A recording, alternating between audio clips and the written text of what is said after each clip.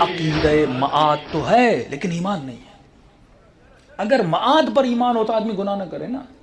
یعنی آپ کو پتا ہے میں گناہ کروں گا قبر میں بچھو آئیں گے، جھوٹ بولوں گا زبان کو عذاب ہوگا، نگاہ حرام میں کسی خاتون کو دیکھوں گا، سوشل میڈیا پہ گندی چیزیں دیکھوں گا تو آنکھوں کو جلا دیا جائے گا. غیبت کروں گا مردہ بھائی کا گوشت کھانے کے برابر، اشد من الزنا ہے، زنا سے بدتر ہے. 8 امام کے پاس شخص آتا ہے، مولا کوئی راستہ بیچ کا نکالیے، مولا میں خمس سے بچ جاؤں. کس سے؟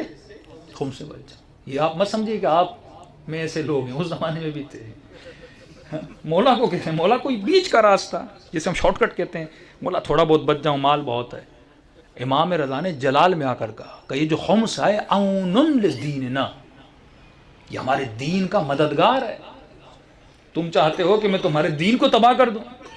معصوم کو پتا تھا، فرمایا اسی سے مدارس چلیں گے، اسی سے دین چلے گا، اسی سے حوض علمیہ چلیں گے، اسی سے کتابت، یہ بہار الانوار ساری کتابیں، اسی سے مسجدیں بنیں گی، امام بارگاہیں بنیں گی، اپنا سبیل غریبوں کی مدد ہوگی، غریب سادات کی مدد ہوگی. اگر تم نہیں دو گے تمہارا، یعنی تم نے دین پہ انویسٹ کیا کیا؟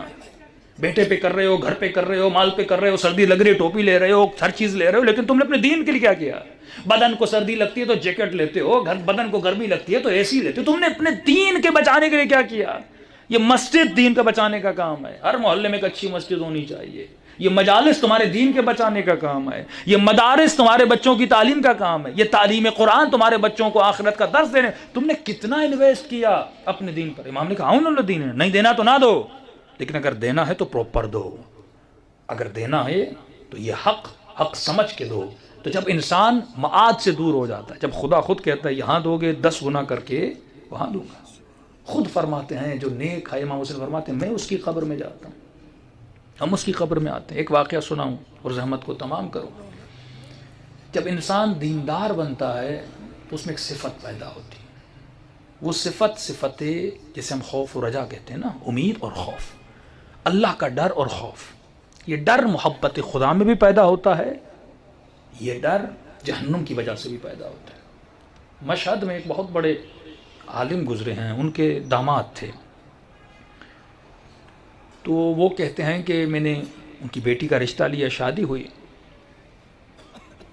تو اچانک ایک دن میں ان کے گھر گیا تو دیکھا وہ باغچے میں پھول لگا رہے ہیں. ایک مٹی سی ہے رومال میں اور مٹی میں کچھ پھول ہیں، وہ پھول لگا رہے ہیں. تو بوڑھے سے تھے تو میں نے کہا کہ میں آپ کی بیٹے کی طرح ہوں، آپ کا داماد ہوں، آپ بیٹھ جائیے، یہ پھول زمین میں لگاتا ہوں.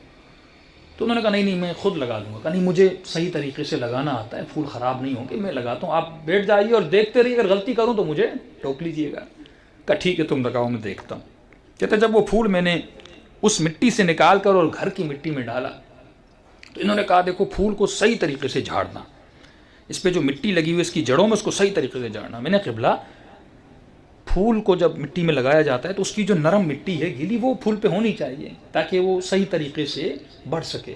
آپ کہہ رہے ہیں میں مٹی اتار دوں؟ کہاں میں کہہ رہا ہوں اس کی مصلحتیں اتار دوں. کہتے ہیں میں نے پھر مٹی اس رومال میں جھاڑی اور پھول کو زمین میں رکھا. انہوں نے کہا رومال کو باندھ کے دیوار پہ رکھ دو. میرے سے ذہن میں ایک سوال پیدا ہوا، یہ اس مٹی کا کریں گے کیا؟ مٹی بچ گئی تھی تو اس مٹی کو اسی پھول کے ساتھ رکھ دیتے. تو میں نے کہا دیکھیے میں آپ کا داماد ہوں، آپ کے گھر میں آیا ہوں، ظاہر ہے مجھے بھی آپ کی سیرت سے کچھ سیکھنا ہے، مجھے بھی آپ کی زندگی کا طرز عمل اپنانا ہے. آپ عالم ہیں، مولانا ہیں، یہ خود بھی طالب علم تھے. اس کی وجہ کیا ہے؟ انہوں نے کہا میں آج صبح مشہد میں ایک میدان ہے، میدان سعدی، وہاں سے گزر رہا تھا اور وہاں پہ ایک باغچہ ہے جو پھول بیچتا ہے، اس نے یہ پھول مجھے لا کر دیے. کہ مولانا آپ گھر جا رہے ہیں، یہ پھول میرے پاس بچ گئے، آپ کے پاس باغچہ ہے؟ کہا باغچہ ہے. کہا اس میں یہ پھول لگا لیجیے.